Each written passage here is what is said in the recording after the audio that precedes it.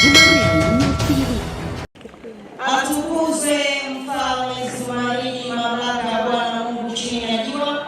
Nina kila sababu ya kushukuru baba yangu Mfalme Zumaridi kwa neema hii, ikiwa leo ni siku kubwa sana duniani, ikiwa ni tarehe 7 ya mwezi wa 7 mwaka 2026, ni siku ya ukombozi wa dunia. Zumaridi News TV tumepata neema nyingine tena ya kuweza kuwa na Mfalme Zumaridi pamoja na nabii wa dunia ambaye ni Steve Charles Kanumba kuweza kuongea mambo matatu kuhusiana na siku hii kubwa. Jina langu ni Abigail Joseph wa Zumaridi News TV. Ungana nami twende pamoja. Awali ya yote, Mfalme Zumaridi, tunakushukuru kwa kutupa neema uzao wa kwanza kuweza kupata haki ya mzaliwa wa kwanza na kutujaza vitu vya thamani hapo siku ya tarehe 3 ya mwezi huu. Tunakushukuru sana baba yetu. Kabla ya kusonga mbele sasa, pengine utufafanulie kidogo, tunaposema haki ya mzaliwa wa kwanza ni kitu gani na uthamani wake upo vipi? Inawezekana tumepewa haki ya mzaliwa wa kwanza lakini hatuelewi kwa uthamani, hatutambui. Karibu sana baba. Amina. Atukuzwe Mfalme Zumaridi, wana wa Mfalme Zumaridi. Ainuliwe baba yetu, Mungu wetu chini ya jua, Alfa na Omega. Awali ya yote na kila sababu ya kushukuru Mungu aliyeziumba mbingu na nchi, Alfa na Omega, mwanzo na mwisho, kwa neema yake upendeleo kwa siku njema takatifu leo. Basi nami nitaenda sambamba na mtumishi wa Mungu mtangazaji kwa swali lake ambalo ameniuliza mbele ya uzao wa kwanza. Haki ya uzao wa kwanza, ameuliza swali kwamba ameuliza swali la kuhusu haki ya uzao wa kwanza. Uthamani wa haki ya uzao wa kwanza. Sio mtumishi wa Mungu. Amina baba. Kwanza kabisa, wewe ulio uzao wa kwanza unapaswa kumshukuru Mungu. Kuipata haki ya mzaliwa wa kwanza sio jambo dogo. Umepata kitu cha thamani sana ambacho hata watumishi wa zamani hawakufikiria kupata haki ya mzaliwa wa kwanza. Uthamani wa haki ya mzaliwa wa kwanza, yaani kwanza mtu kupata haki ya mzaliwa wa kwanza ni mtu ambaye anatenda haki mbele za Mungu. Mtu ambaye anatenda haki, anatenda mema, aliyevumilia na kushinda majaribu yote yanayokuja mbele yake. Jaribu lolote ambalo likisimamishwa mbele yako na Mungu au shetani akalisimamisha, ukilishinda jaribu hilo, likaja nyingine ukalishinda, lingine ukalishinda, mbele unaenda kupata haki ya mzaliwa wa kwanza.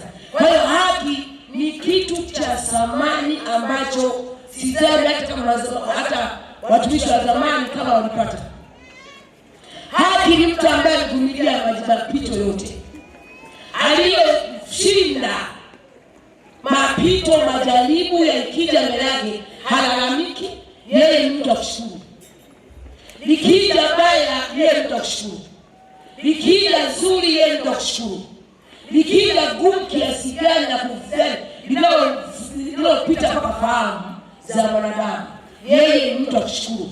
Kwa mfano kama mimi nilipopitia majaribu mengi sana, lakini nilikuwa ni mtu wa kushukuru. Nimeenda gerezani, nimekaa sana Central, mengi ambayo nimefanywa, lakini sio kwamba Mungu alikuwa hawezi kunikinga. Alikuwa na uwezo wa kunikinga, alikuwa anataka anipe haki ya kuwa mtumishi wake, na yeye akae ndani yangu kwa mambo yake yote, nishinde, akae ndani yangu, kisha natangaze habari njema za ufalme katika dunia. Kwa hiyo nilishinda vita, nimeshinda yote yaliyokuwa kusimama mbele yangu. Sikuwahi kumwasi, sikuwahi kumtukana, sikuwahi kulegea kwa chochote, na ndio maana leo ameingia ndani yangu kwa maumbo yote na matamko makubwa ananipa, kwa sababu nimeshinda, anipatia haki. Kwa hiyo sasa, wale ambao ni uzao wa kwanza tumeipata haki kwa neema, sio kwa kushinda.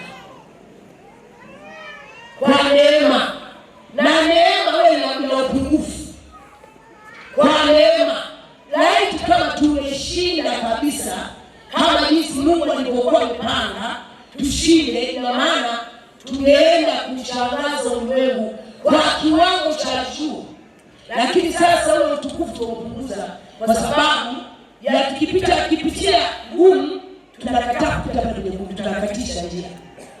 Likija gumu yanataka upewe haki yako kupitia ile gumu, wewe unapita njia za mkato, unakataa kupita pale pagumu. Kwa kuwa ulipokuwa unakataa kupitia pale pagumu, ulikuwa unapunguza haki mbele za Mungu, na ulikuwa unapunguza utukufu wako wa baadaye, ulikuwa unapunguza nguvu ya kusimamia katika utumishi wako. Kumbe yule aliyesimama mapito yote akasimama, akasonga mbele, hakulegea. Jaribu lolote aliweza kushinda, huyo anaitwa mshindi na anapewa haki ya halali, na utukufu wako unakuwa ni mkubwa zaidi duniani zaidi ya yule aliyepewa neema. Asante sana Baba, naamini uzao wa kwanza tutakuwa tumeelewa kwa uzuri zaidi haki ya mzaliwa wa kwanza na uthamani wake. Sasa Mfalme Zumaridi, tuzungumzie juu ya sherehe ya ukombozi wa dunia inayofanyika siku ya leo. Leo ni awamu ya 8 na pengine sasa natamani kujua kwamba hii sherehe ya leo ina utofauti gani na zile. Hii sherehe ya leo naweza nikazungumza ya kwamba ina grade ya hali ya juu katika ulimwengu wa roho, kwa sababu nimeifanya sherehe hii, nimekabidhiwa mamlaka kubwa, halafu nikaifanya sherehe hii nikiwa tayari Mungu Baba amenifianga kwa maumbo yote na tamko lake la kwanza ambalo ameumba dunia na vitu vyote akanikabidhi mwanae. Kwa hiyo nimeifanya sherehe hii nikiwa nina kiwango kingine.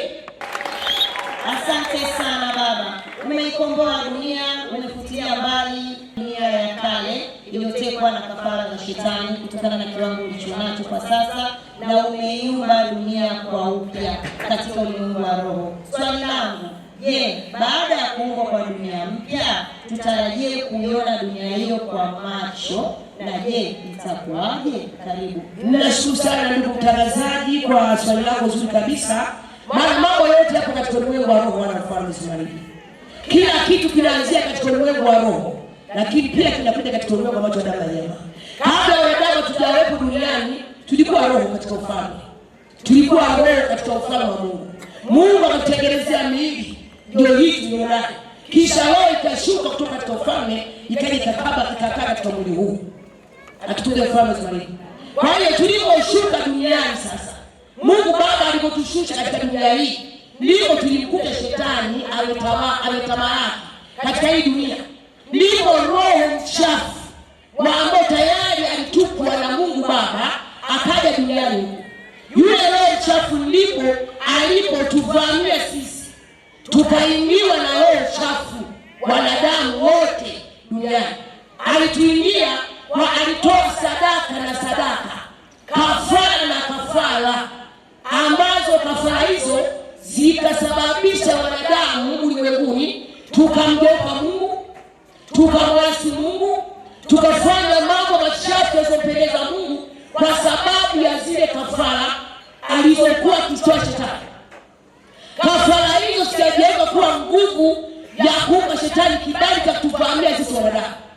Kwa hiyo wanadamu tukawa tabia mbaya, tukawa wauaji, tukawa wazinzi, tukawa majambazi, tukawa mafisadi, tukawa walevi, wakutasiana utaula, tukawa kwa zizo kupukia kuza mili yetu, tukawa na tabia chafu ambazo sio tabia za Mungu. Tabia za shetani ambaye alirushwa dunia, alirushwa kuchini, na sisi tulipokuja duniani tukamkuta yupo tayari huko. Ameshafunga maagano yake. Kwa hiyo tulishikia tu kwake, akatukamata, tukaanza kufanya yaliyo ya kwake kupitia roho zake alizozijaza ndani yetu kupitia sadaka alizokuwa Kristo. Kwa hiyo sasa ukombozi wa dunia huu ambao Mungu ameuleta kupitia mtumishi wake Mfalme Zumaridi kutoa sadaka, na kuzidi kutoa sadaka leo na wangu jana. Ina maana katika ulimwengu wa roho sasa Mungu anakuwa anaibadilisha dunia. Katika ulimwengu wa roho anakuwa anatoa ule katika ulimwengu wa roho, anavunja yale maagano, mizizi ya shetani iliyokuwa inawashika wanadamu na kuwaendesha. Mwanadamu anakuta anafanya jambo baya, anafanya kazi jambo baya, tena anaona ni amani, kumbe anafanya kwa kuongozwa na roho mchafu. Tunapokuwa tunatoa sadaka, tunazidi kumsogeza Mungu karibu na wanadamu aliyowaumba. Tunazidi kumsogeza Mungu siku hadi siku. Hadi tunapozidi kutoa sadaka, ndivyo Mungu anapoisogelea dunia tena. Hadi tunapofanya sherehe kama hizi, ndivyo Mungu anapozidi shetani kumuondoa ndani ya fahamu za wanadamu, na Mungu ndivyo anapozidi kuingia ndani ya fahamu za wanadamu na kutawala. Kwa hiyo nafikia hatua sasa, yale yote ambayo Mungu anayafanya katika ulimwengu wa roho atakuja kuyadhihirisha. Wanadamu wote watarudi kuwa kama jinsi Mungu alivyowatengeneza kwa nguvu za Mungu kupitia sadaka tunazotoa. Wanadamu watajikuta uzinzi wameuacha, wanadamu watajikuta ulevi wameuacha, wanadamu watajikuta ujambazi wameuacha, wanadamu watajikuta ufisadi wameuacha, wanadamu watajikuta mauaji yameisha, watajikuta tabia zote za shetani zimeisha, kwa sababu ya sadaka tunazotoa. Tunazidi kuzivunja nadhiri za shetani na maagano yake yote, tunazidi kuyang'oa na kuyaondoa yanayowaongoza wanadamu, na Mungu anazidi kuwasogelea wanadamu. Kwa mujibu wa andiko Ufunuo 21, maskani ya Mungu ni pamoja na wanadamu, na yeye atafanya maskani pamoja nao, nao watamwita Baba, na yeye atawaita wanangu. Atawaita wanangu kwa sababu watatakaswa, watawekewa roho safi, roho za kimungu, roho takatifu. Zile roho zinazoongoza kufanya mabaya zitaondoshwa na nguvu ya Mungu kupitia sadaka zetu. Asante sana Baba kwa ufafanuzi mzuri kabisa. Naamini watazamaji wa Zumaridi News TV mtakuwa mmeelewa ni kwa nini Mfalme Zumaridi amekuwa akitoa sadaka mara kwa mara. Tuangazie pia siku ya tarehe 3 ambayo ilikuwa siku kubwa sana kwetu uzao wa kwanza, siku ambayo tumetolewa sura ya sokwe, tumepokea nyota zetu, tumepokea pia tamko lako la kwanza.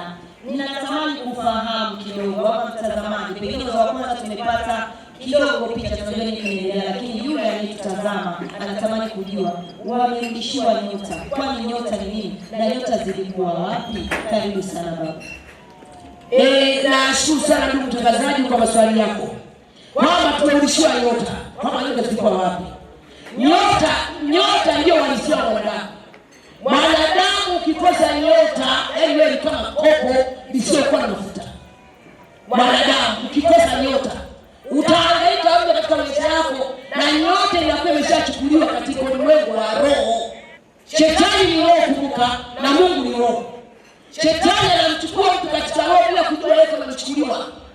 Kwa hiyo mwanadamu anabaki kama kopo, kama boya tu anatembea, lakini ameshachukuliwa usamani wake wote, amenyang'anywa.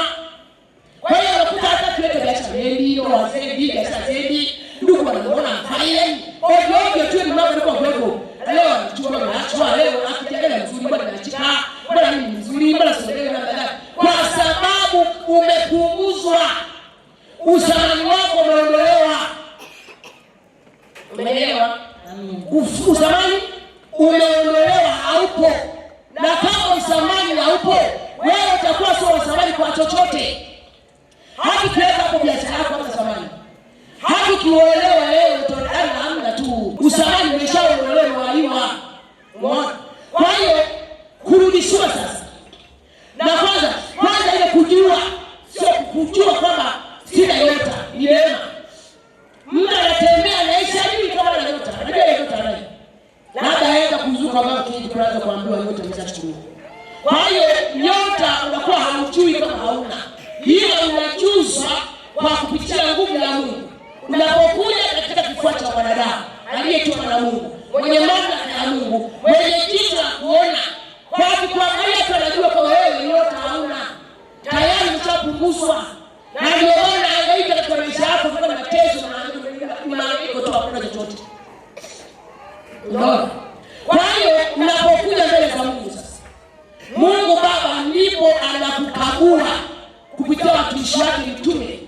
unakaguliwa na unajua unakaguliwa na mambo yako yote na yote liko kitu inaonekana. Kwa hiyo sasa tukafanya sherehe ya tarehe 3, tukatoa kwa Mungu sadaka ya kuchinja kumwaga damu kwa habari ya kuturudishia nyota zetu, na wale waliobeba nyota wakazitumia. Wewe mganga, lazima mganga wako uishe. Alichukua nyota akageuza wewe kuwa wewe ndio chochote wako, yaani yeye akabarikiwa kitendo yako. Sasa kuanzia tarehe 3 na mpaka kuendelea, wanaenda kuishiwa, wanaenda kufilisika, na tayari wameshaanza kufilisika tayari. Ile siku tu tarehe 3 tayari Mungu atuonyesha ishara. Hivyo watoto wangu wote wa nje ya mkoa mnaonifuatilia, mnaonikubali katika YouTube na mitandao yote, nawaambia kwamba nyota mmerudishiwa, usamani wenu mmerudishiwa. Muwe na amani na amani na amani. Mungu alituambia tangu mwanzo, tayari kimo ndani yenu, sadikini kuamini. Na wale waliokuwa kutumia nyota zenu ambao mlisomea kama vile mtaona, mtajua majina yao. Anzeni kuwafuatilia kuanzia sasa, mtaanza kuona maisha yao. Asante sana baba. Nyota zimerejea, ishara tumeziona. Mzao wa kwanza inamjengaji kwenye. Amesema kutoka hapa nyumba yako nyota zenu, na waganga network ipo tena kuwapata. Na wale wote waliokuwa wamebeba nyota zenu hawatapata tena. Tumeshaona ishara. Hawatapata tena. Nyota hazitachukuliwa tena. Hata kutumia ndumba gani mmeshazingiwa, mko kwenye wigo, nyota hazichukui tena, hawazibebi, na tumeshapewa haki zetu. Tunakwenda kutumikia Mungu lazima, japo tunaenda kwa neema, tunapukuza utukufu. Akienda kwa neema na yenyewe ni kubwa tu. Asante sana baba kwa upendo wako huo. Mfalme Zumaridi, unatizama hapa Zumaridi News TV. Tuna watazamaji wengi sana, hata waliotuchukulia nyota zetu wanatutizama na taarifa wanazo kupitia mganga wa kienyeji. Tumejua kwamba kumbe tayari wamepelea. Unawaambia nini ndugu watazamaji wote wa Zumaridi News TV na wale ambao mlikuwa mmebeba nyota zetu? Jamani, nawaambia hivi, inakuja mvua ya mawe.